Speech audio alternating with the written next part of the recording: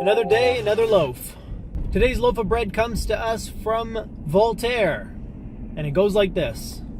Each player must accept the cards life deals him or her, but once they are in hand, he or she alone must decide how to play the cards in order to win the game. I've compared life to poker before, and I think it's a good analogy because in poker, or any card game for that matter, you get the hand you get. Whether it's a good hand or a bad hand, that's what you get. And it's up to you to make the best out of the hand. Life is like that. You don't pick who your parents are. You don't pick your socioeconomic standing at birth. You don't pick your ethnic or cultural background. These are just cards that are dealt to you by life.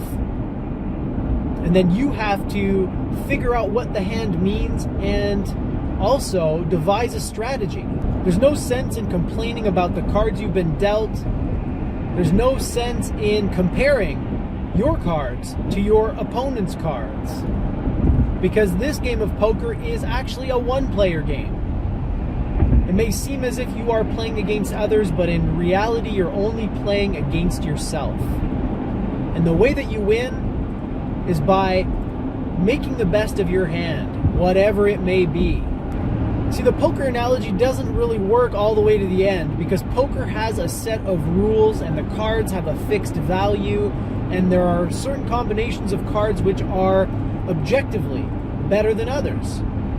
But this is not the case with life. The cards you're dealt have no fixed value, and the rules that you are playing within are vast and ambiguous and subject to interpretation.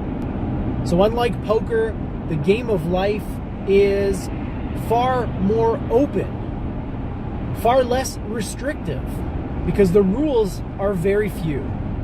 And some might argue that there are no rules, and they might be right.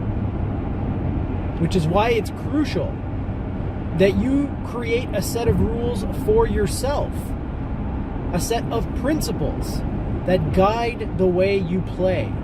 Because otherwise, without principles and without a set of rules, you will be lost.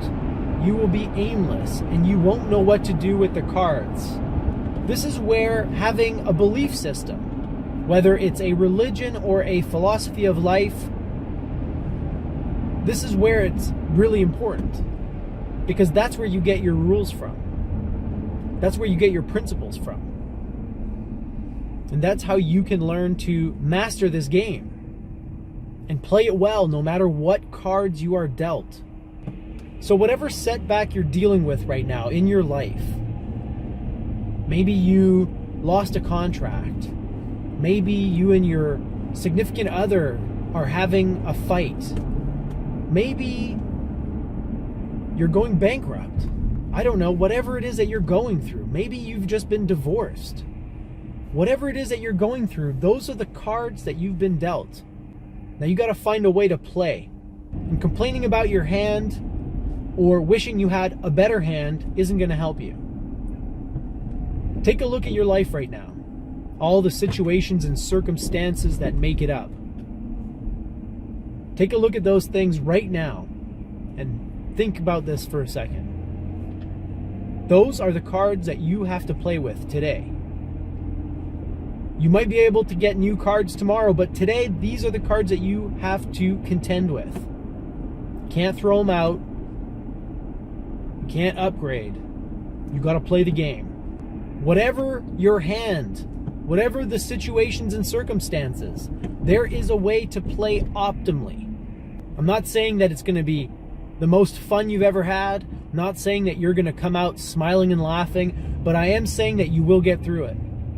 And if you think clearly and stop assessing the value of each card and instead look at them in relation to everything else, then I guarantee that you will find a way to play optimally. As I've said before, a good poker player can play any hand. That's what makes him or her a good poker player. If you need the best hand to win, you're not a good poker player. Well, if you need the best circumstances and situations in your life to win, you're not good at the game of life. You need to think about it a little differently and reassess your approach. Whatever you're going through right now, whatever depression, whatever conflict, whatever money problems or relationship problems you're going through, there is a way to behave and to react optimally in that situation and in all situations. So start thinking about it. Start looking at things from different angles and start cultivating inner freedom, which is the quality that allows you to play any hand adequately. Well, that's all I got for you today. Hopefully it was enough. Hopefully your belly is full of that sweet, sweet bread, and hopefully you'll be able to use something that I said today to your advantage. Until next time, live well, my friends.